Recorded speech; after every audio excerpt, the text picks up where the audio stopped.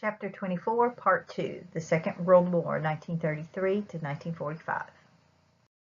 Now that the United States is officially in the war, we have to begin making war preparations. And one of the things we need to do is gear our economy for a wartime economy.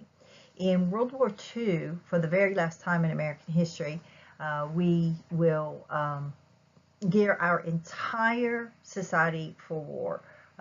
We're going to gear the industries. We're going to have food administration, encouraging families to give up certain luxury items. We're going to ration certain items. Everything is going to be going for the war effort. We're not going to do that in later wars like Korea, Vietnam, or our more recent wars on terror. But in World War II, everything is going to go toward the war. So one of the first things we do is create the War Industries Board. All industries will be under the War Industries Board. And basically one of the goals of the Industries Board is to make sure that the military gets all of the things that they need first. So aircraft factories begin building military aircraft. We switch over from automobiles to military equipment, big trucks, deuce and halves, tanks, those types of things. What we would need in the civilian world comes second to what we need in the military. Obviously, arms production.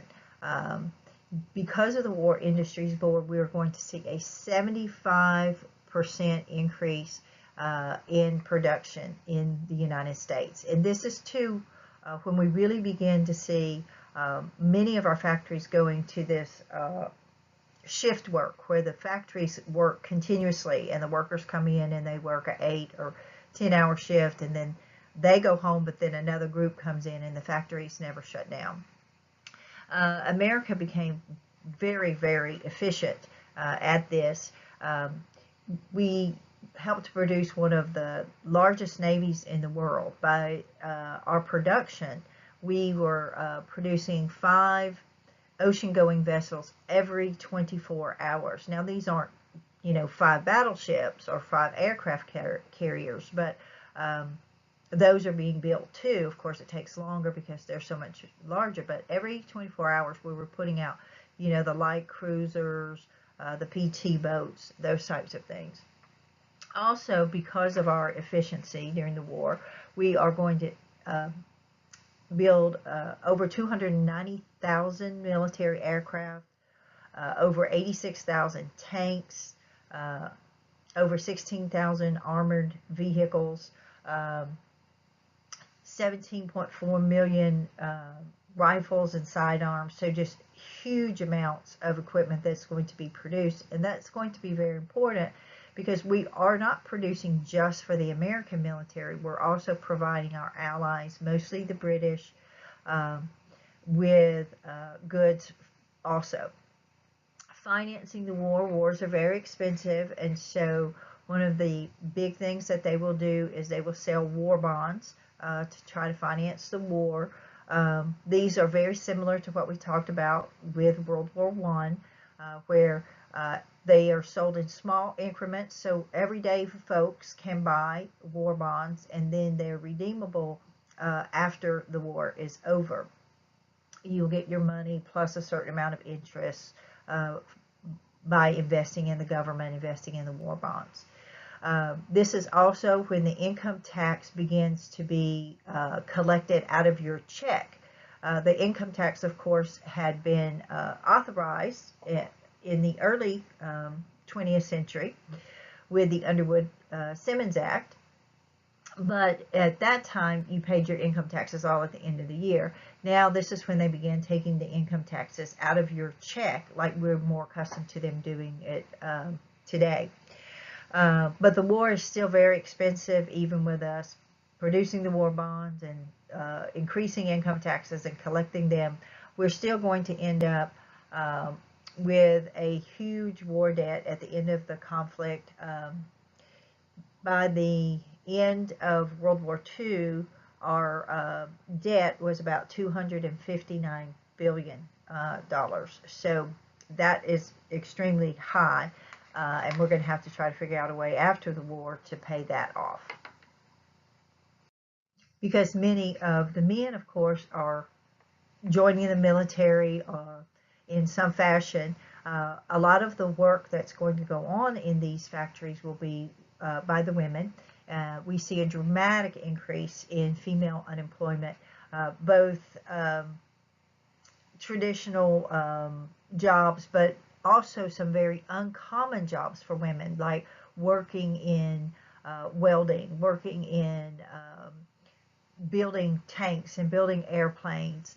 We also see an increase in African American women having these types of job opportunities to come to work in these factories. The little picture there shows you, like, you know, Rosie the Riveter type woman, but it also has the lady in the more traditional, where she would be like a secretary working in an office or something. So women's jobs are going to vary, but they're going to be massive female employment during this time. One of the negative things that is associated with America's entrance into World War II, though, is the treatment of Japanese Americans here at home.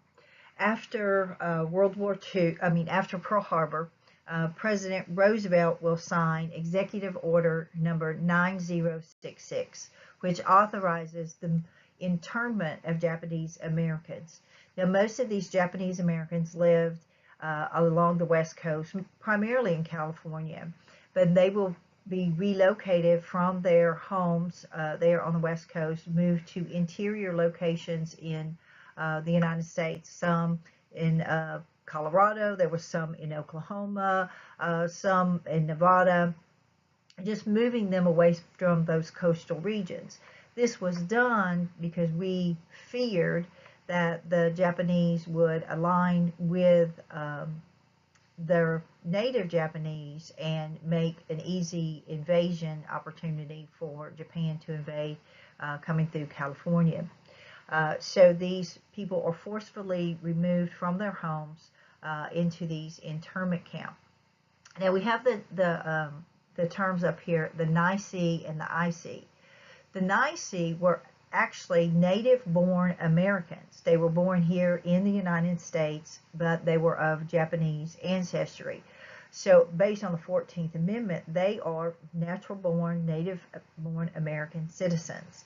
The IC were usually their parents. They were born in Japan, but had become either naturalized citizens here in the United States, or they were permanent residents on a work visa or something like that, but they were here legally. It did not matter. Both the NICE and the IC were moved to these internment camps. The relocation centers or internment camps, whatever you want to call them, were basically prisons. You had a little, if you were lucky, you might have a little cabin with your family, sometimes not. They did have schools and things like that for the children, but you can see from our picture here, they were enclosed. You had armed guards. You could not leave these relocation centers without permission. Initially, when the war started, many of these NICE especially tried to join the U.S. military. They wanted to prove their loyalty to the U.S. government. But they were not allowed to initially. We didn't think that we could trust them. Later, we did allow the NICE to enter into segregated units. There would be Japanese units commanded by American officers, but we also made sure that those units served only in Europe. We still did not trust them enough to use them in the Pacific theater.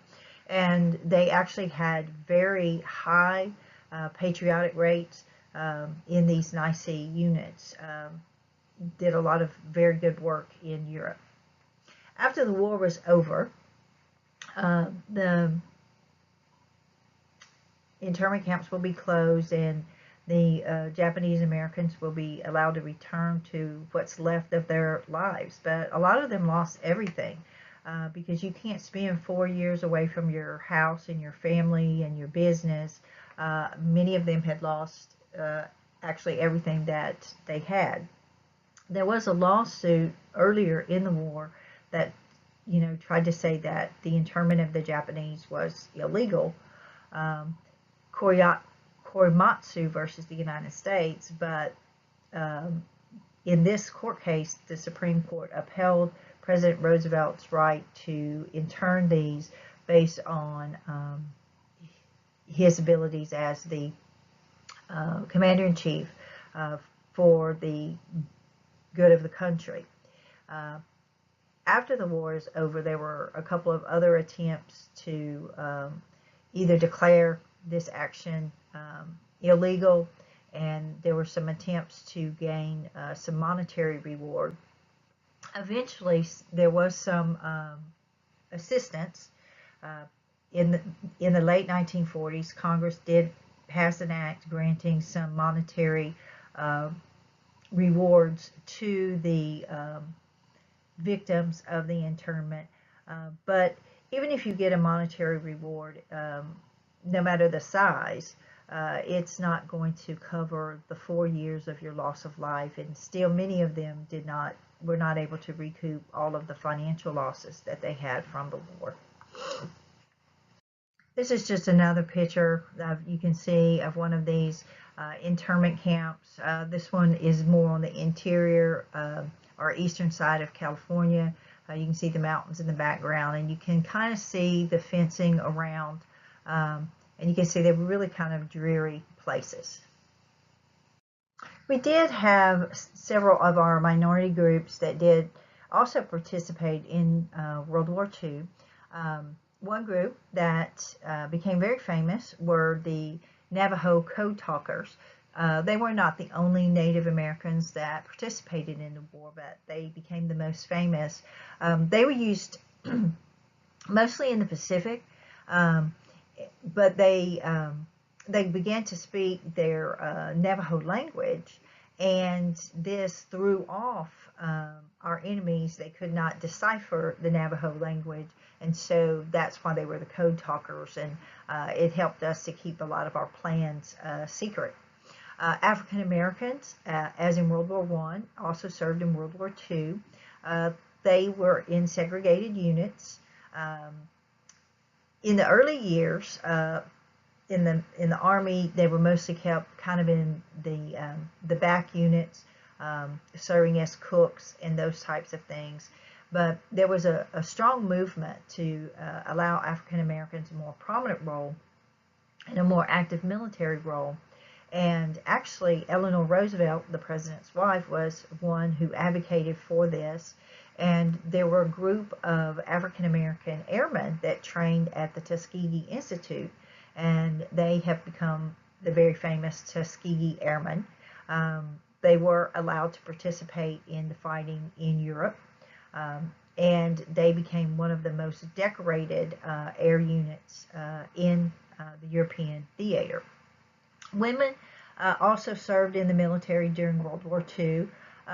Some roles were in combat zones, but they were not combat roles. You would see women military nurses. You have women serving really kind of in secretarial positions in those combat zones. We also had women here at home who helped by flying aircraft across the country. So if aircraft were built in California and we needed to ship them to Europe, they would fly the planes across the country to ports in the East. So women are serving in the military, but they're not going to be in combat roles. The war in the Pacific, as I had stated earlier, is going to be mostly a holding action for the first couple of years of the war, because we're directing more of our military and supplies to Europe. And but right after we get involved in the war, there are going to be several big major battles in the Pacific that are going to have some long-term consequences.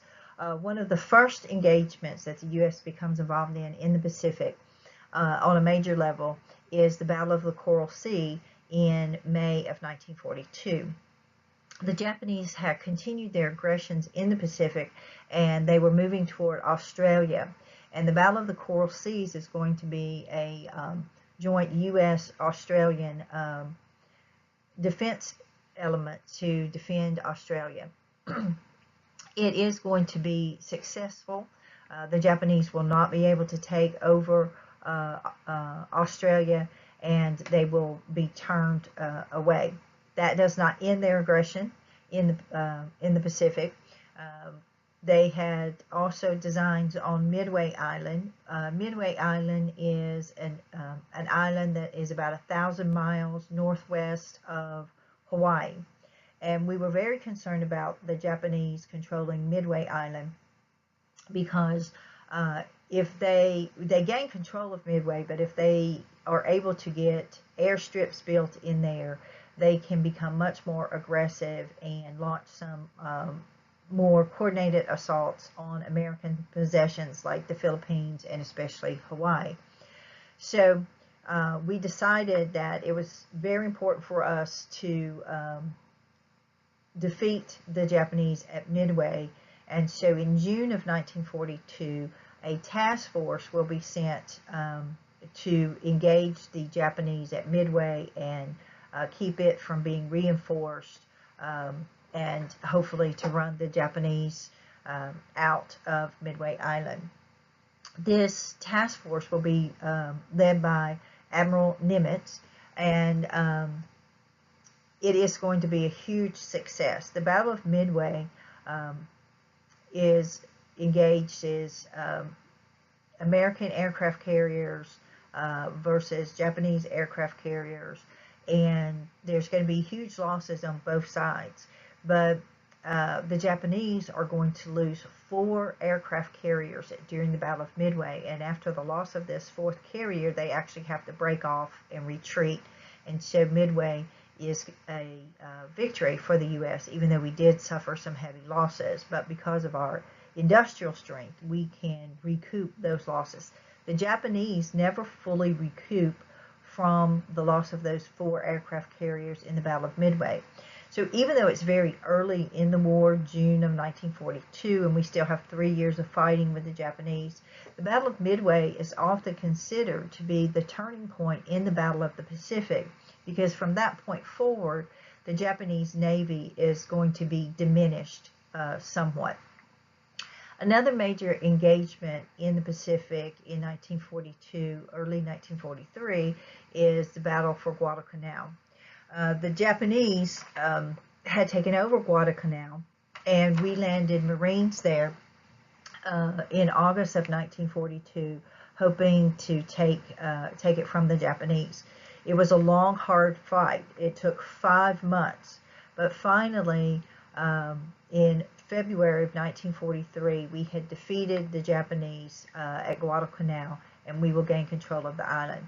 We had very high casualty rates. The Japanese had very high casualty rates, but we were able to take Guadalcanal by February of 1943.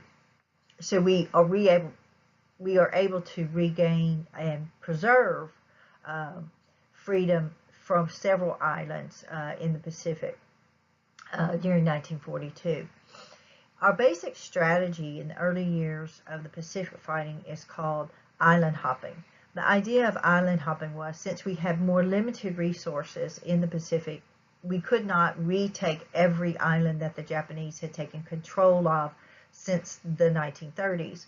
So we would try to gain control of certain key locations like Guadalcanal, and then we would skip over 2 or 3 other ones, and then we would try to take control of another one. The idea here is it breaks up the Japanese line of supply, and it gives us key locations to launch attacks on the Japanese. The overall commander of Allied forces in the Pacific will be the American General Douglas MacArthur. This map shows us some of the major fighting that happens between Pearl Harbor to Midway. You can see how far the Japanese gain control and how many islands they gain control of. and you can see some of the major engagements in the fighting. Another front in the war that the U.S. participated in 1942 was the war in North Africa.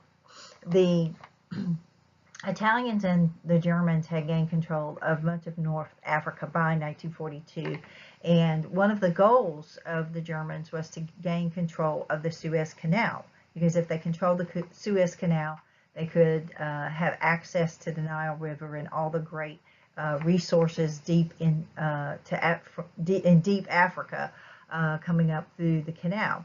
And they had been very successful in gaining control of much of North Africa.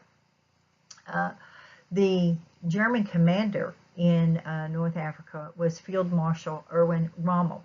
He's sometimes called the Desert Fox, especially in these early years of the fighting, because it just seemed like he was invincible. No one could stop him. He and the German tanks, which were far superior really to most of the Allied tanks, just seemed to be able to roll through North Africa. The British were primarily responsible for trying to defend North Africa from this German advance, and the British commander of their tank battalions was General Bernard Montgomery. And there are going to be some very fierce battles between Rommel and Montgomery. The United States will come into this conflict, and we will bring in our Sherman tanks. Our tanks are not as advanced as the German tanks, but we just have lots of them, and they will prove to be very vital in the defense of North Africa. Our first showings in North Africa were not very good. We were defeated. We were not accustomed to the new strategies that the Germans were employing. But we will finally get a little caught up there. In October of 1942, the Germans are going to launch a massive assault moving toward Cairo, Egypt, because this is, a major stronghold in Egypt. And so they got as far as El Alamein. El Alamein is just west of Cairo.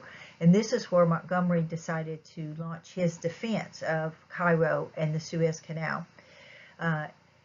Montgomery will be able to defeat Rommel at the Battle of El Alamein, partially because of American assistance.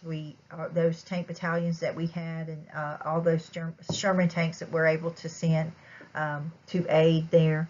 And after the defeat of El Alamein, the Germans will have to begin retreating out of North Africa. And so El Alamein is really at the beginning of the end for the Germans in North Africa. They will have to retreat all the way back to Tunisia, and then eventually back over into Europe. On the Eastern Front, the fight is mostly going to be the Russians defending the East against the German onslaughts. The Western Allies, the U.S. and Great Britain, will be more concerned with North Africa, Italy, and eventually France. Recall that Hitler had broken that pact with Stalin and had begun the invasion of the Soviet Union in late 1940. And the Germans had just been brutal in their advances into the Soviet Union. When they would go into these areas, they slaughtered thousands of people, destroyed homes, everything pretty much in their path. It's just a complete devastation of the Russian homeland. The Russian strategy in war, pretty much really since Napoleonic days, if not before, was to kind of suck the enemy into the interior of Germany. And so the Germans into the interior of Russia. So the Germans had begun moving into the interior of Russia. And one of the main areas that Hitler wanted was Stalingrad. Stalingrad was an important trading center for the Russians. It's named for Joseph Stalin. It had earlier been Petrograd, now it's Stalingrad. and Hitler really wants this area. And so by the winter of 1941, the Germans have reached Stalingrad, but the Russians have centered a great defense in Stalingrad. They're not going to give up Stalingrad. And all through that winter of 1941-1942, there's going to be this massive German siege of Stalingrad, just devastating the city. But the Russians will not give up. When the winter hits, many of Hitler's military advisors warned him that he needed to win quickly or he needed to retreat from Stalingrad. And as the battle progressed, and it was clear that they were not going to win quickly, they began to really pressure Hitler to retreat from Stalingrad, and Hitler refused to do this. Because of Hitler's stubbornness and determination to keep pressuring Stalingrad, it is going to really wipe out an entire army of Germans. If you were a German and you were being sent to the Eastern Front, you pretty much were getting almost a death sentence. The Germans were never able to take over Stalingrad. The Russians were able to hold on to it, and the Germans lost this massive army, which many military historians contribute to helping to win the war in the West, because this greatly diminished the German military abilities. The Russians really felt kind of abandoned by the Western Allies. They felt that they were shouldering a lot of the burden for the war, because we're, fighting over in North Africa, in those areas, but they are sustaining these heavy casualties in these heavy battles in the East. And so at some of the meetings between Stalin, Churchill, and Roosevelt, they began to pressure the Western Allies that they needed a second front. And when the Russians were talking about a second front, they wanted a second front in France, because they felt that the only way that could relieve pressure on the Soviet Union was if Hitler had to be concerned about an invasion of France. Churchill and Roosevelt did not think that the Western Allied armies were ready to launch an invasion of France to try to retake France. So you have this conflict, this dispute over where this second front should occur among the big three Allied leaders. In the summer of 1943, the Western Allies, Great Britain, the United States, did begin a second front, but it was in Italy, not in France. So the Russians weren't happy about that, but it was a second front, and it is aimed at Hitler's major ally, Mussolini. In the summer of 1943, the U.S. will invade Sicily. Sicily, of course, is that little island at the tip of the Italian boot.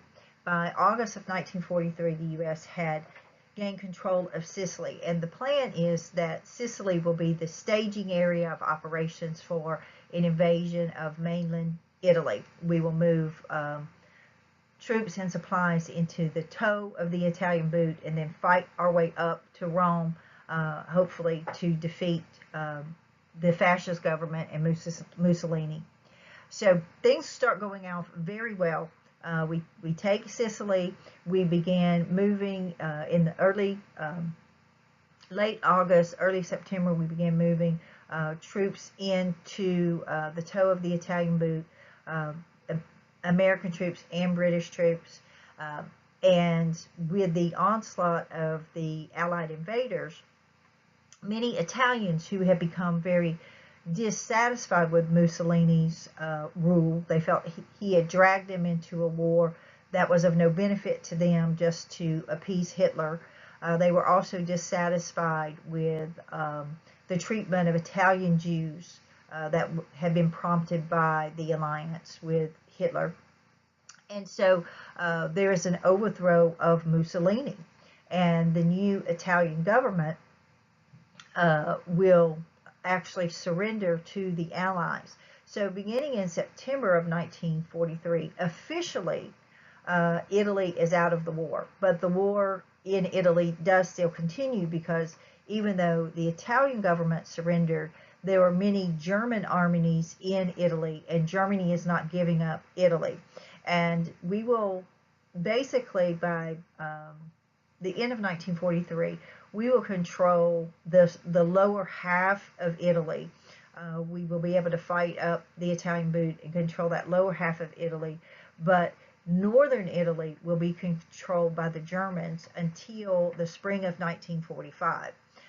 Mussolini will flee to the Germans in northern Italy. They will protect him. They're hoping that at some point down the road they can help him regain power in Italy and bring Italy fully back into the war. That never happens because we keep that pressure up on Italy, and that fighting continues in Italy. And the Italian people are just tired of the war. They don't want to get back into the war. As I said, the Germans will control northern Italy until the spring of 1945. But by that time, of course, things are getting so bad in Germany that all German troops will be called home to defend Germany. When the Germans leave northern Italy in the spring of 1945, that left Mussolini unprotected. Mussolini tried to flee into Switzerland, which was a neutral nation, where because he was afraid that if he were captured by the Italians, he would be killed. And that is what happened. He did not make it into Switzerland. He was captured by a group of Italian rebels, and they will assassinate him and some of his top aides. And you can see there's a picture here on the screen where they took Mussolini then and some of his top aides, and they hung them upside down by their feet in the town square, and people would come by and they spit on them and they ridiculed them. And that just shows you the huge fall from grace of Mussolini from the 1920s, when he was this great savior of Italy, until now he's just this very reviled figure in Italy.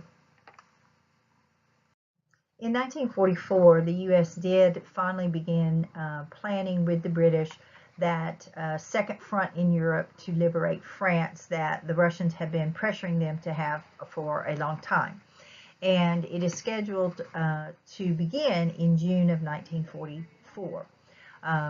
This, of course, is the famous Operation Overlord, which we sometimes refer to in history as D-Day, June 6, 1944, when Operation Overlord is put into place. It took a great deal of planning. Dwight Eisenhower, who is the Supreme Commander of Allied Forces in Europe and an American, is in charge of Operation Overlord. And they actually had done a lot to kind of confuse the Germans. They had put up kind of a fake unit in a different area of Great Britain planning, and they put General Patton there because he, of course, is our major tank commander, and the Germans had great respect for Patton. And so from the location that they put Patton and his group, the Germans, who realized we would at some point try to free France, felt that we would land troops at the Pas de Calais, which was an area much further away from Normandy than it was.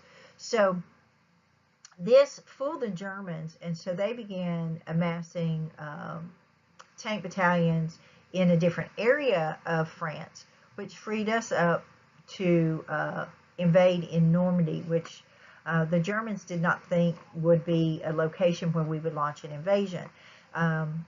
The terrain in Normandy is very difficult, very high beach areas that would be difficult to traverse across the beach, and then up these, scale these mountain walls and actually get into Normandy. It is a full Western Allied supported invasion. It's going to involve U.S. troops, British troops, and Canadian troops. The air corps will get involved. There will be strategic bombing around France.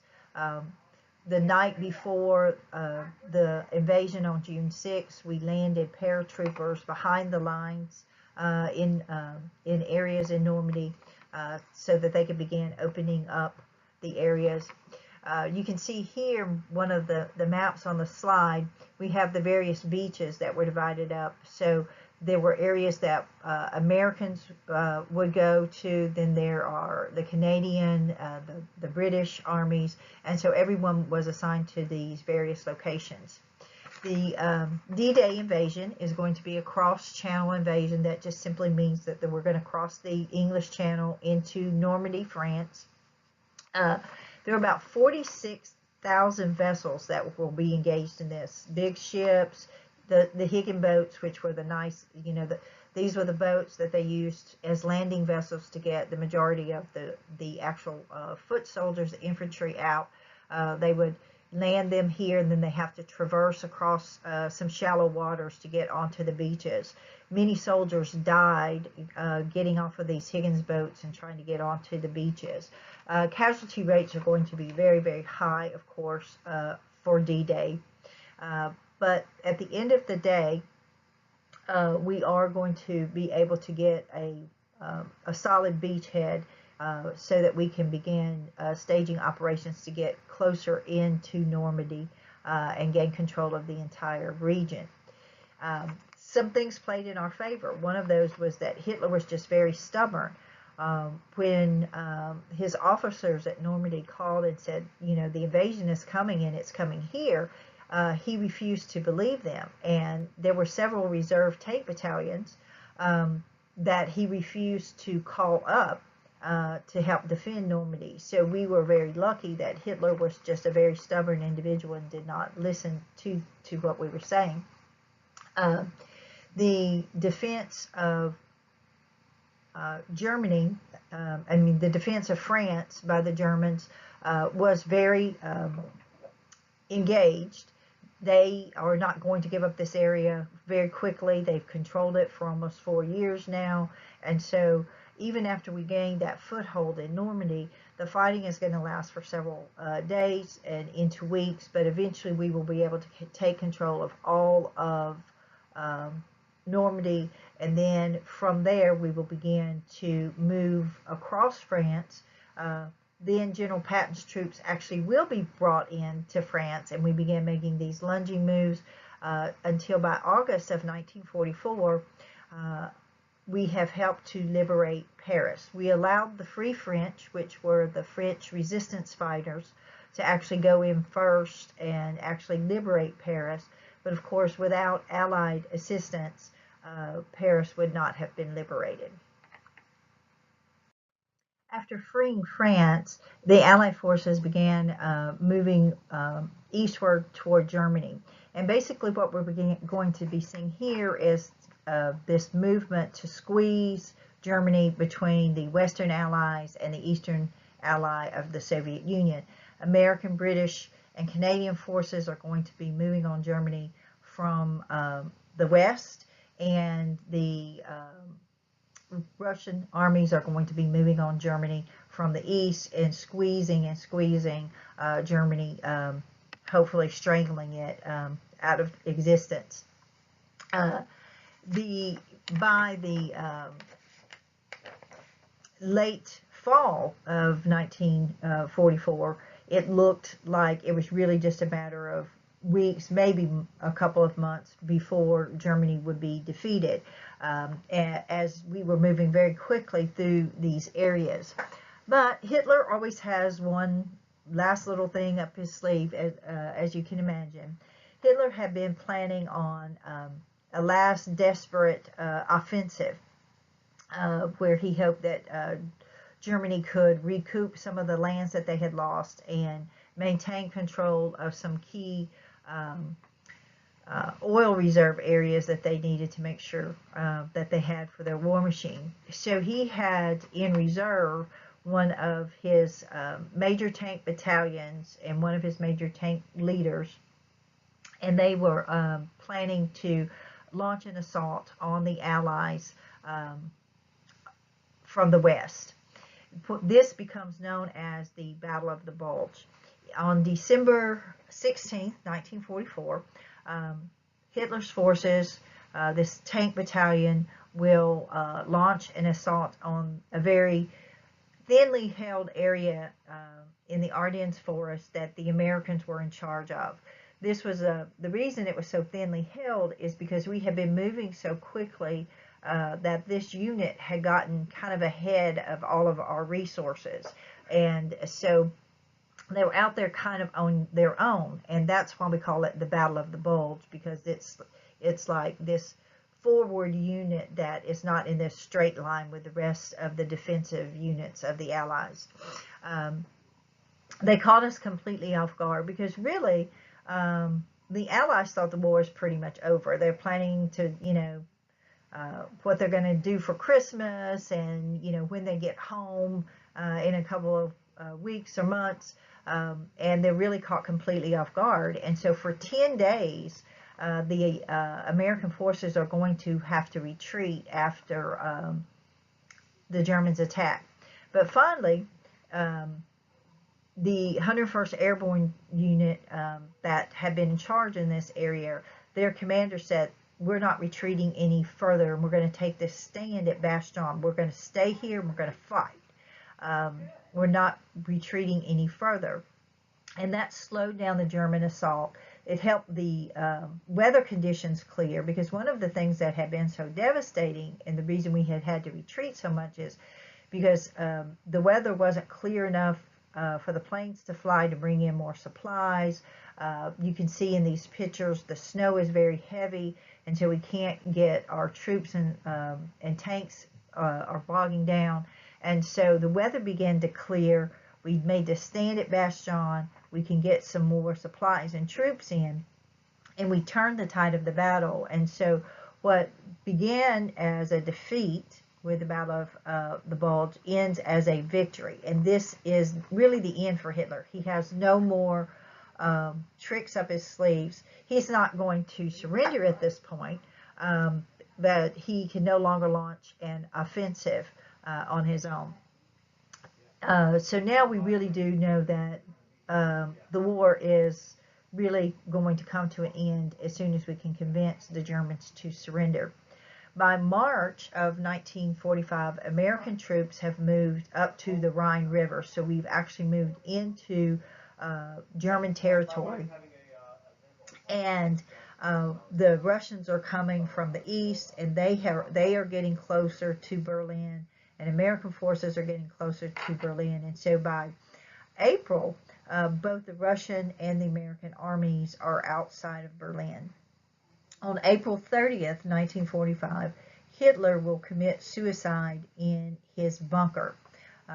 The German government had pretty much moved underground because of the massive bombings that we have been making of strategic cities in Germany, like Berlin and Munich and some of these other cities. And so he had moved underground, and when he realizes that all is lost, he is going to commit suicide in his bunker, and his wife, Eva Braun, will also commit suicide with him. So a few days after this, what's left of the German government gets together and meets, and they decide that there's no way that they can continue the fight. The German people are starving. They're running out of everything. They're running out of soldiers. They're having to, force the Hitler Youth, the young boys, 15, 16 years old, to fight in the army. And so they decide that they must surrender. So on May 7th, 1945, what's left of the German government will surrender. And May 8th, 1945 is considered VE Day, or Victory in Europe Day. That means that the war with Germany is over, but not the war with the Japanese. These are just some pictures from the bunker, and it shows, some of the devastation of the bunker. But these were very intricate bunkers. I mean, they lived there for months and months. They had electricity, they had running water, they had everything in these bunkers. But this just shows you kind of the devastation of the bunker after the defeat. This other is outside of the bunker, and it shows a bust of Hitler and a map, like a globe of the world, and it's outside the Chancellery, which was the site of government for Hitler's government. And it just shows some of the devastation in Berlin. In February of 1945, President Roosevelt will attend the last wartime conference with the Western Allied leaders. And there's a picture here of Churchill, Roosevelt, and Stalin at the Yalta Conference. Roosevelt's going to die in April of 1945, so this is his last conference. But by February, they know that they have Germany on the run. And so they're really having this conference to finalize plans to defeat Germany and then what to do with Germany after the war is over. When Roosevelt went to this conference, before he left, the military leaders here in the United States had told him that he needed to get Stalin to agree to participate in the war in the Pacific to help us defeat the Japanese. And so if you have to make concessions to him, make concessions, because we do need Russian assistance in the Pacific. So this puts Stalin in a very strong position at Yalta to get a lot of the things that he wants to get. One of the things that we see that all of the Allies agreed to was that Germany should be divided at the end of the war for surrender purposes, and the Soviet Union would get the entire eastern section of Germany, and the Western Allies, the U.S., Great Britain, and France would control the western section of Germany. And of course, for about 40 years, this remained the case, that we had East Germany and West Germany. But at this time, it was not supposed to be permanent. One of the things that concerned the Western Allies, that part of the Russian sector, East Germany, also contained Berlin, which was the capital of Germany before the war, and it was also a cultural center of Europe.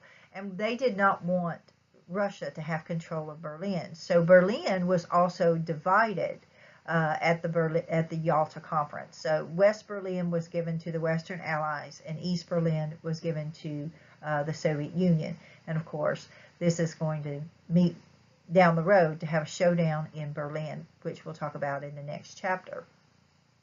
We were concerned that as the Russians had been freeing these areas of Eastern Europe, they had not actually been freeing them. They had just been removing German officials and then taking over those areas. So Roosevelt convinced Stalin to agree that they would hold free elections in all of the territories that were freed from German control. Stalin agreed to this. Later, he's going to go back on his word, which is going to cause some of the problems that lead us to the Cold War. But they also agreed that they needed to create a United Nations, something that would be based on the idea of the League of Nations, but to give it something a little more teeth to it. So the Yalta Conference was this last conference among these leaders. As I said earlier, Roosevelt died in April of 1945, and he's replaced with Harry Truman.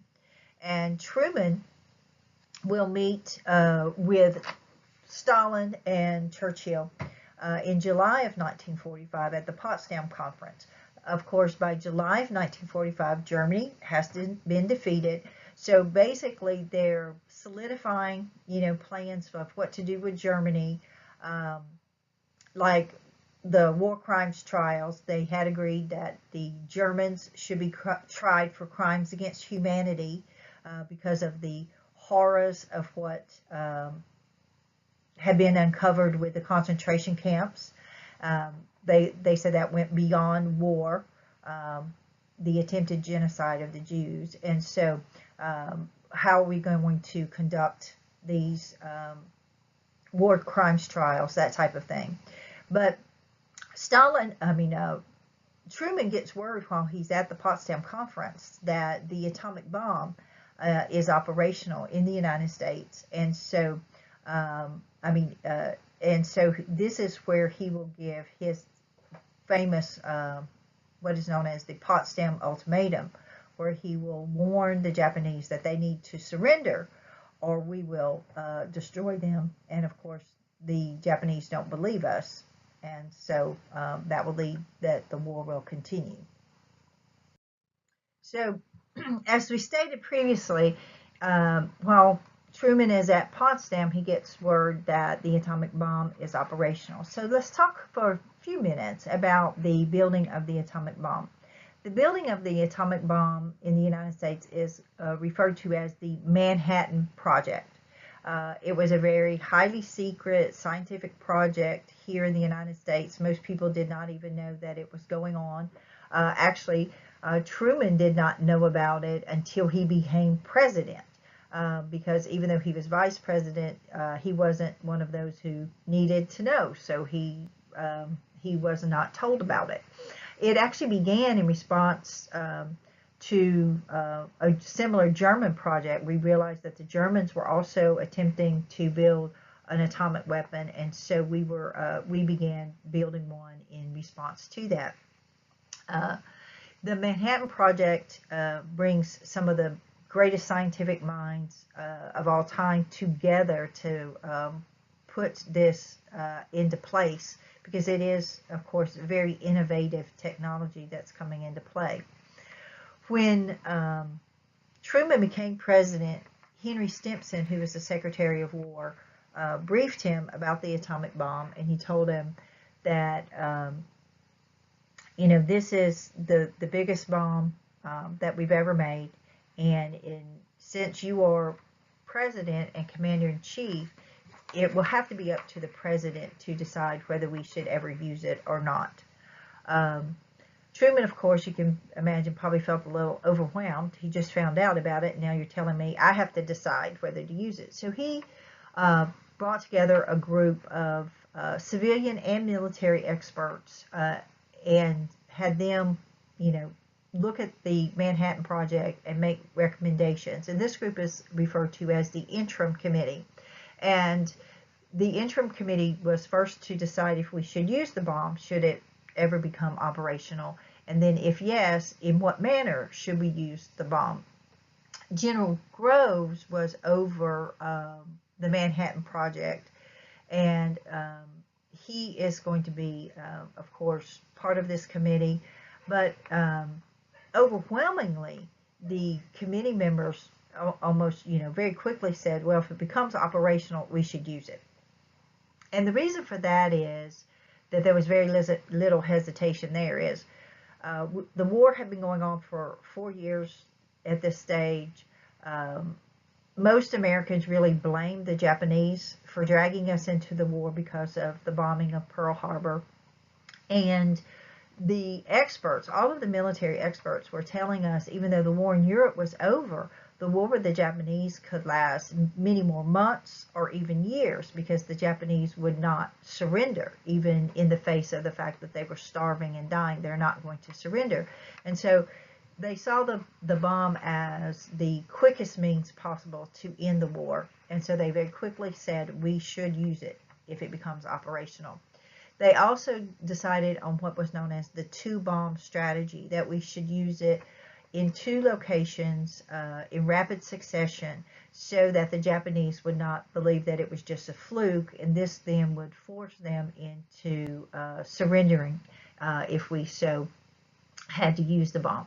As I stated just a few minutes ago, when the bomb becomes operational in July of 1945, Truman issued this Potsdam Ultimatum that said, surrender or we will destroy you. But in the ultimatum, he did not indicate that we had any type of new weapon. So the Japanese ignored it, and that will then, of course, kind of force our hand so that we will have to use the atomic bomb.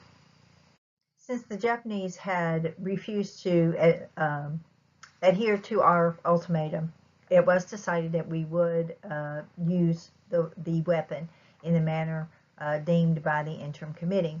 And so in August 6, 1945, the Enola Gay, which was one of these great big American bombers, will drop the first atomic bomb on Hiroshima, Japan. 2 days later, They will another bomber will drop the second bomb on Nagasaki, Japan. Uh, Huge, massive devastation in both attacks. Um, it will force the Japanese to agree to surrender a few days after that. But the official Japanese surrender will not occur until September 2nd, 1945, which will be declared VJ Day. The use of the atomic weapons like this in very rapid succession has really been condemned by a lot of people. They said that, after Hiroshima, we should have not used the second bomb on Nagasaki. But it is important to remember there was a 2-day interim there before Nagasaki that the Japanese did not surrender. Now, there was a great deal of turmoil in Japan at the time. The emperor wanted to surrender. Many of the military leaders did not want to surrender. There was a power struggle that was going on, and even an attempt to assassinate the emperor to keep him from surrendering. But nonetheless, no matter, we did use both bombs, and it totally destroyed both cities. Debating the use of the atomic bomb, of course, this has been one of the most controversial things that has ever occurred in American military history. Fortunately, it is the only time that we have ever used this type of weapon, and hopefully we will never have to use anything of this type again.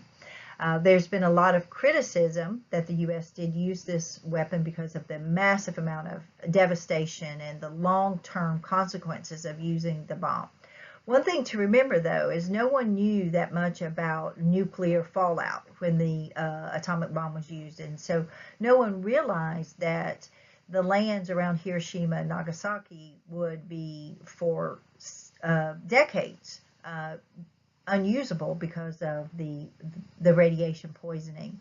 And no one really knew the impact that it would have on these people long term with problems in health many years after it. One of the things I also like to remind my students of is we have to be careful about being judgmental of history or judging history backwards and holding people of different decades or centuries even to the same standards that we have today in the 21st century. As a reminder of this, there was a public opinion poll that was taken in September of 1945 asking Americans if they approved of the use of the atomic bomb. And at the time, 87% of Americans approved of the use of the atomic bomb.